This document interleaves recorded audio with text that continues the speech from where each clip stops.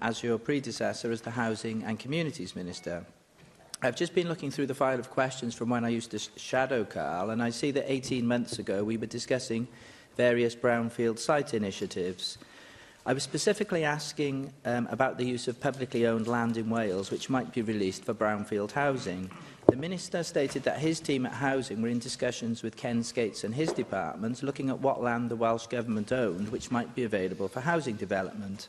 These discussions also involved the Health Department at the time. This was in April 2017. I just wondered, are you in a position to give any update from the Welsh Government on this idea of releasing Welsh Government land for brownfield housing? I thank you very much for that question, and I can confirm that the work has been continuing since you had those initial discussions, and there is a cross-government group which includes myself, the ministers with responsibility for planning, economy and finance, which is looking right across the Welsh Government portfolio to identify parcels of land that we could bring forward for housing. And we're looking at them in a strategic way alongside our other priorities, for example, the proposed metro and so forth.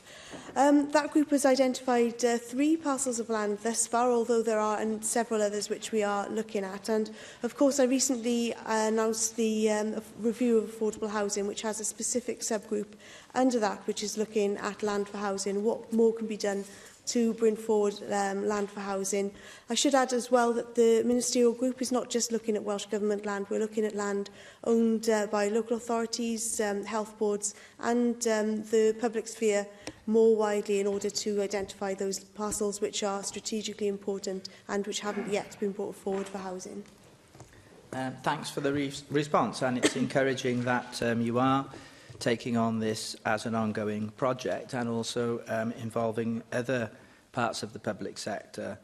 There is also a UK government scheme whereby they're getting local councils in England to compile a register of all their available brownfield sites.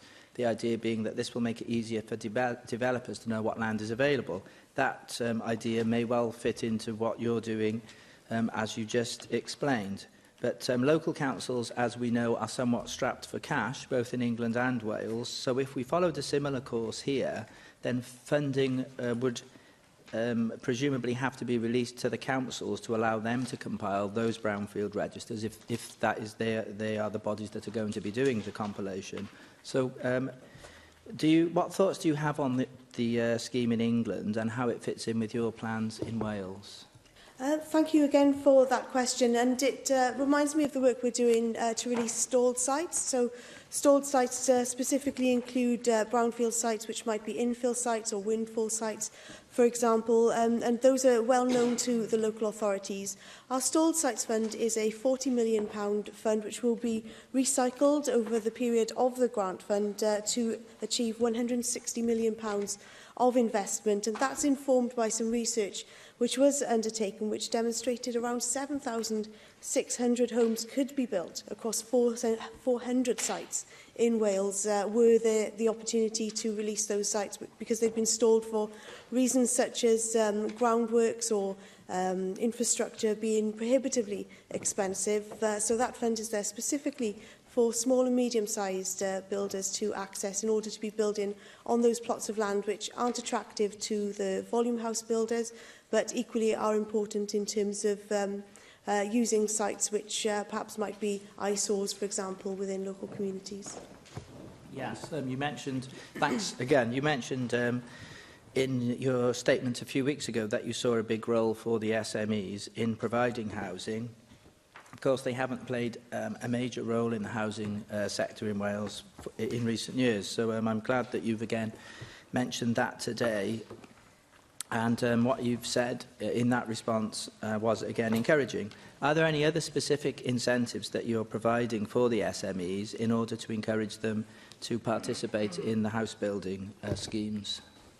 Yes, we have our £40 million property development fund, which is specifically there. It's a loan fund at an attractive rate for SMEs. It's run through the Wales Development Bank. It was originally a fund of £10 million, but actually the demand was so high on it and it was so popular that we were able to increase the funding available to it. And again, that's money which will be recycled over the lifetime of that scheme. I also see a real role for SMEs in terms of helping us meet our decarbonisation ambitions. Lots of SMEs moved out of building houses to move into house repairs and renovations and so on. But actually in future I'd like them to be part of our ambitious programme that we're trying to develop in terms of retrofitting existing homes, and I hope to be able to say more about that in due course. Question